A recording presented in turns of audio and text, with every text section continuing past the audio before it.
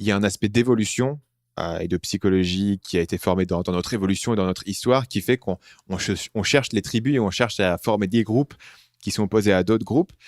Toi, tu as justement le club, donc le forum et toute la communauté qui se trouve autour.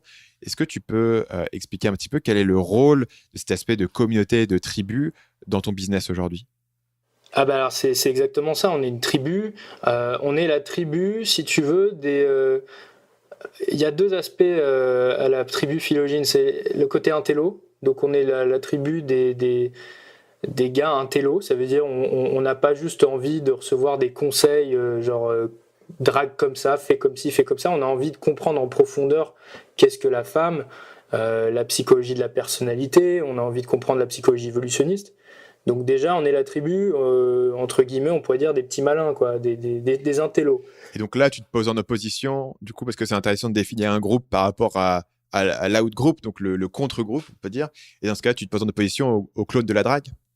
Ouais, c'est ça, c'est les clones de la drague ou alors les petits écoliers de la drague. Les petits écoliers, pour moi, c'est ceux qui prennent des notes, mais qui reproduisent, mais sans jamais se poser trop de questions, quoi. Ils sont là, ils sont assidus, ils vont à leur cours, mais ils se posent pas des questions existentielles, j'ai envie de dire. Et la deuxième caractéristique du phylogène, c'est son côté c'est son côté dérision, créatif, humour, improvisation. Voilà, on est là parce que notre tribu, c'est une tribu de tchatcheurs en fait. On aspire à devenir des tchatcheurs. On n'aspire pas à devenir à trouver une copine, par exemple. Évidemment, on a tous envie d'avoir une copine et ça arrive, mais ce sera un accident. C'est pas l'objectif qui nous pousse à sortir dans la rue et à faire ces approches créatives. C'est surtout de développer notre tchatch. Le mot, c'est vraiment la tchatch et la créativité.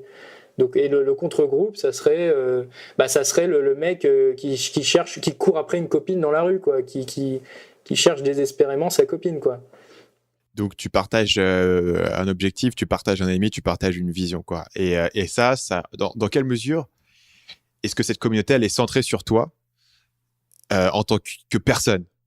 Et dans quelle mesure est-ce que le leader est important à la cristallisation de cette communauté, à ton avis et dans ton expérience personnelle? Bah moi, en fait, je montre l'exemple avec de toute façon, la phylogénie, c'est vrai que c'est un peu schizophrène parce que tu as le côté théorique avec la psychologie et tu as le côté un peu plus bourrin, créatif dans la rue. Donc c'est vrai que ça peut prêter à confusion. Mais moi, dans le côté créatif, je montre l'exemple. Donc je vais sur le terrain, je leur fais une approche marrante, je la fous sur YouTube ou alors on en discute ensemble dans les réunions Discord.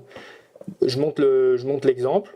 Je suis le premier à y aller, je suis le premier à tester. Alors régulièrement d'ailleurs, je leur invente plein de ah oui, ça je l'ai pas dit, mais sur le forum, je leur invente de manière hebdomadaire une nouvelle technique, des techniques totalement farfelues juste pour qu'ils aillent s'amuser, pour qu'ils aillent entraîner leur improvisation, etc.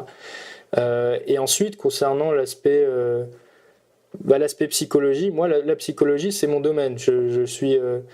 Je connais peu de choses dans la vie, mais la psychologie, je connais très bien, c'est ma passion, donc je me considère comme dans le club l'expert de la psychologie. Donc j'ai ce côté, je suis le vulgarisateur de la psychologie. En fait, je fais le pont entre la psychologie, mais je te parle, la même psychologie que toi tu utilises, c'était un peu pareil. Donc la psychologie scientifique, la psychologie expérimentale, et je fais le pont avec la séduction et je vulgarise en fait cette psychologie expérimentale pour la traduire, pour l'utiliser dans le domaine de la séduction ou dans le domaine de la compréhension des femmes, ou alors dans le domaine du féminisme, pour comprendre en quoi le féminisme c'est de la connerie. Et ça c'est... Et explique un peu pourquoi le féminisme c'est de la connerie, parce que je pense qu'il y a une partie des gens qui vont se bloquer sur cette phrase. Tout simplement, je te le fais très rapidement, le féminisme part du principe que refuse de voir le fait qu'hommes et femmes soient différents, et pas que physiquement, parce qu'on est aussi différents cognitivement. On n'a pas le même cerveau, on n'a pas la même manière de réfléchir, on n'a pas les mêmes préférences sexuelles, on n'a pas les mêmes intérêts professionnels, et contrairement à ce qu'on veut nous faire croire, ces choses-là ne sont pas le fruit d'une construction sociale. Pas seulement le fruit d'une construction sociale. Il y a effectivement de la construction sociale. Ça veut dire que on a un petit peu poussé les garçons à jouer d'une certaine manière, les petites filles à jouer d'une autre manière. on attend d'un homme qu'il soit masculin et d'une femme qu'elle soit féminine. C'est vrai, il y a un peu ça, mais la grosse partie qui explique les différences qu'on voit aujourd'hui entre les hommes et les femmes, le fait qu'il y ait beaucoup de femmes infirmières, qu'il y ait beaucoup d'hommes ingénieurs, le fait que les hommes soient plus violents que les femmes, le fait que les hommes gagnent plus que les femmes, gagnent plus d'argent en entreprise que les femmes, tout ça, ce sont le fruit de différences en termes de traits de personnalité, de manière de fonctionner, qui sont en fait innés, génétiques.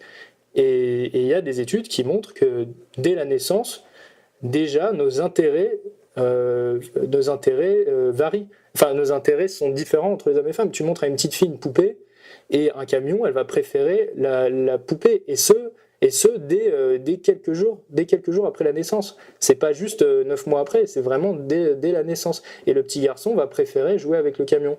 Et ça, il y a plein d'études qui montrent ça. C'est quelque chose qui est admis, qui est indiscutable en psychologie. Je veux dire, il y a plein d'études qui le montrent. Moi, j'ai lu tu peux lire des bouquins ou des articles scientifiques de féministes, des psychologues féministes, qui avouent il y a cette part-là, cette part génétique, cette part biologique qui est extrêmement importante. Même si, effectivement, il y a une influence culturelle. Donc, nous, les philogènes, tu me demandais aussi tout à l'heure quel est notre ennemi, non, tu disais pas ennemi, le contre-groupe. Le contre-groupe, c'est ceux qui pensent qui veulent nous faire croire qu'hommes et femmes sont pareils. Et donc, si tu penses qu'hommes et femmes sont pareils, il faudrait parler à une femme de la même manière que tu parlerais à un homme, ce qui est faux. Tu veux séduire une femme, tu ne peux pas lui parler de la même manière que lorsque tu parles à ton meilleur ami. Donc nous,